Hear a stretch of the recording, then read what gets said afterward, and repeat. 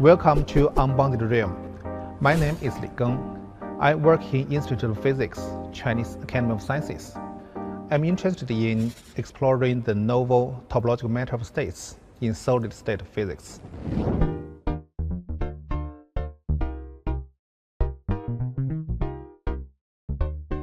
In order to construct this kind of topological qubits, we have to have some special topological states which are robust against the environmental noise.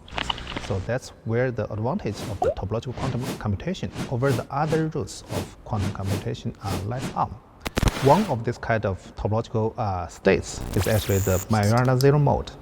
And theorists have told us that by breeding this kind of Majorana zero mode, we can really construct this kind of topological qubits. And this breeding process is just like girls braid their hairs.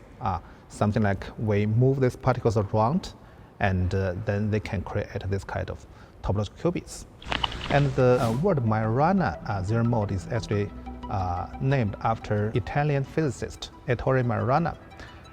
When he was studying the solution of the Dirac equation, he found that there's a very interesting solution that this particle, its antiparticle itself. So this kind of particle was named as Majorana fermion after him. Particle physicists are very interested in this kind of particles, and they start to find this kind of particle in the universe. But after several decades of searching, they can still not confirm the existence of this kind of particle as a free particle in the universe.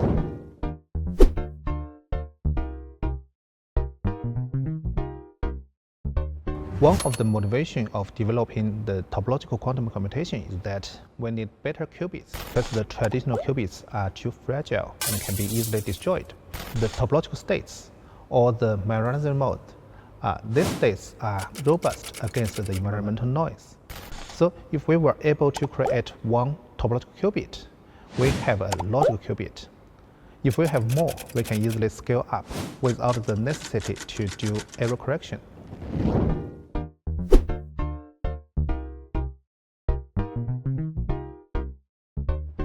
It's really not easy to predict when the topological quantum computer can be realized. Maybe in 10 years, maybe even longer. But what I do know is that there are many scientists there who have faith in this field.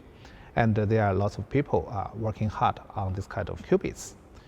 So to me, I would be more than happy to see a topological quantum computer in my lifetime.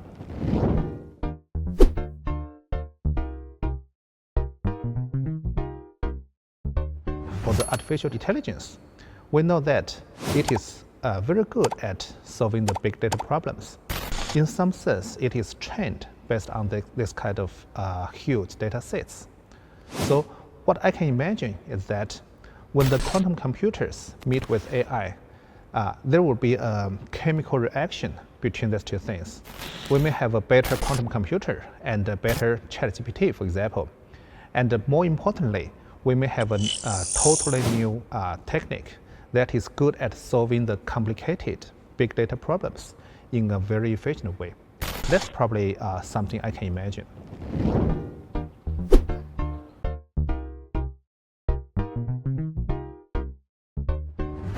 Not necessary. Right now, the mainstream quantum computation method is based on the superconducting qubits. The Google and IBM quantum computers are all running on a superconducting chip. And superconductors need low temperatures to work. However, there are other choices to realize the quantum computation. For example, through the photons or unwave centers in diamond. And this kind of qubits do not need low temperatures to operate. They can work under the room temperature.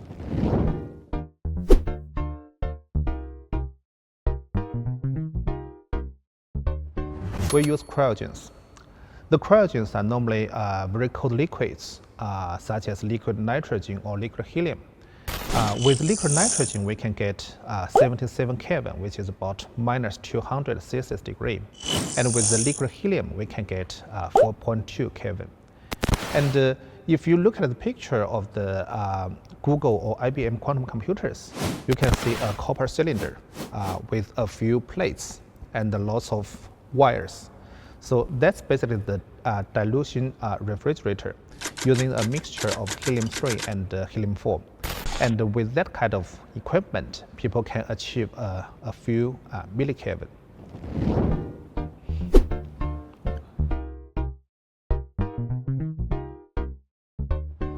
Well, personally, I don't think so.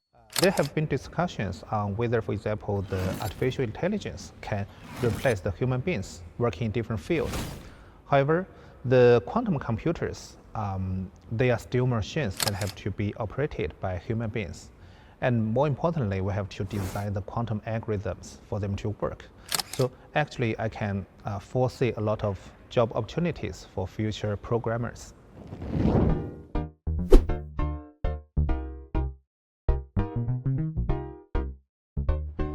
Scientists, they work on fields which they think are important, but not necessarily always turn out to be useful. And there are different people working on different paths. Maybe none of these paths will finally turn out to be working, or maybe only one of these paths survive, and all the other paths turn out to be dead ends. But without exploring all these kind of paths, you would never know which kind of path is working and which one are not. So to me, I think this kind of exploration is definitely worthwhile.